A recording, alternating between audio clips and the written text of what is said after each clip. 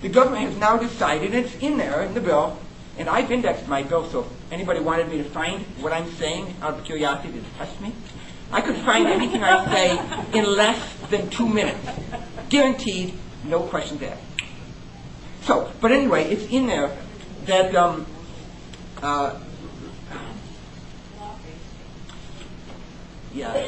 that the government has decided, has taken the power. This bill gave the HHS secretary, this is enabling legislation. It gives power to the secretary, including power she doesn't have to use if she wants to select out groups, then some get left with the, but she can exclude some people, which is kind of nice.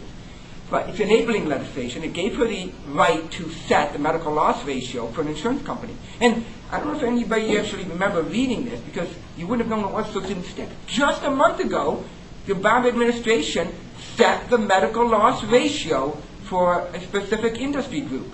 In other words, they said you can only make, you have to spend 85% on your patients, not on other stuff. Now, what does the 20% that they were spending, what does that include? I mean, what's the 20? They spend 80% giving it back to you, paying for your health care.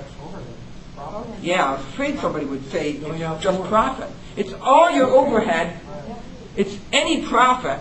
Insurance companies, last I knew, one of the good estimates was they only made about 3%. Yeah, right. Still an American job. Okay, now, I can tell you that some of these regulations, just complying with them, and I'm not a financial analyst, but it's absolutely clear, and I've read stuff that I have vague ideas from about finance, is easily going to cost the industry more than 1% just to comply. So there's a 1% loss.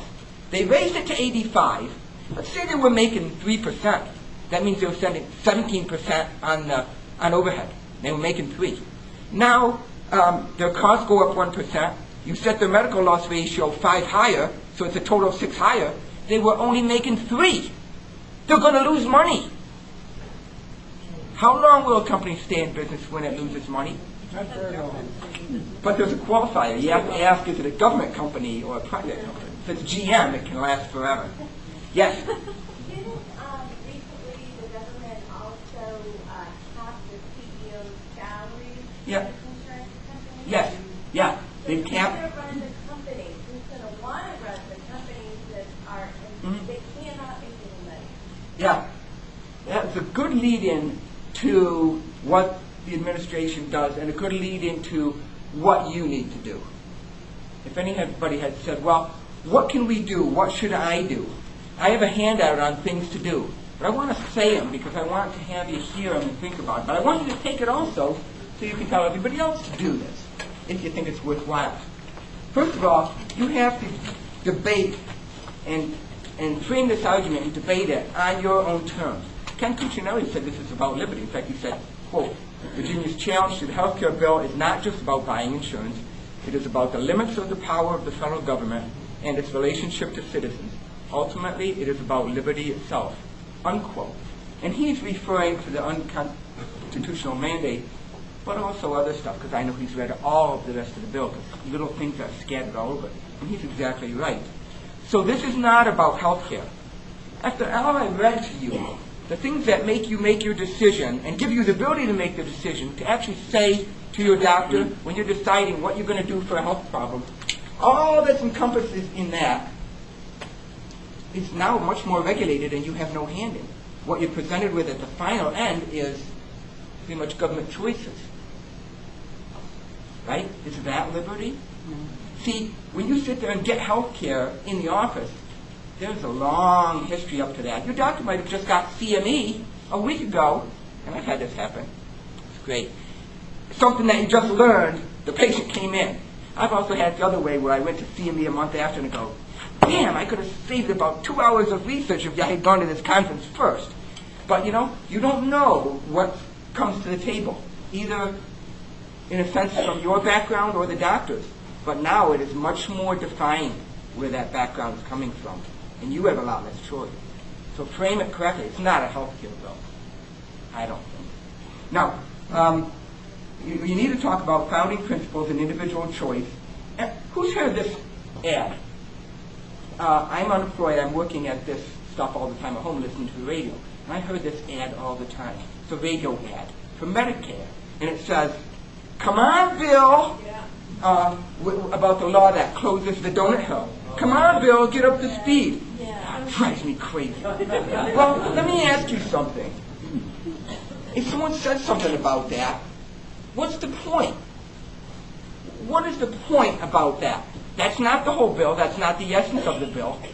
If you argue if that really does it, you probably lose the argument, because if they've made one single point out of the whole bill that they did, they're probably careful enough to make sure they picked out something that's true. On the other hand, isn't it just because there's something good in the bill, does that make the bill good? I have had people try to get me on tape at conferences I've been to and other places with cameras on CNN and stuff, say, "Well, is there anything good about this health care bill?" And I didn't have a good answer then, but I said no, because I didn't want to say yes. Why? Because I accidentally did that once, and they wrote the article as if I were for the health care bill, because I said there was something good about it. They didn't write hardly anything about it. That's just my one comment. The fact of the matter is, let me ask you, and you can ask other people this if you thought about it. If I have a medication that I'm going to give you, and it cures some problem that you have, like that nail fungus that you get, that people get when they're older, and it's very common. It's not serious, but I mean, it's disables your, deforms your nails, and it's a nuisance, that yellow kind of, and your nails get thick. And I said, this will cure this 98% of the time. Great. How many people, first of all, that's a good cure for that, I guess, if it did it in a week. So you said, well, how many people would take that?